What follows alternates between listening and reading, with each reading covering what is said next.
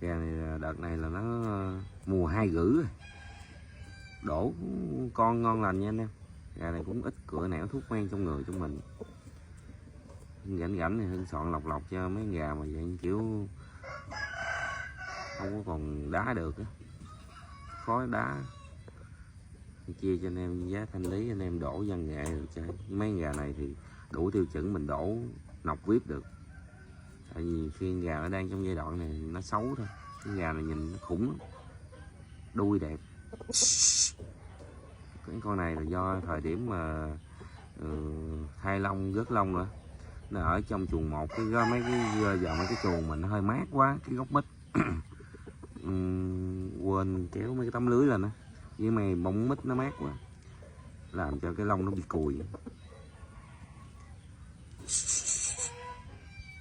Túc, túc, túc, túc, túc.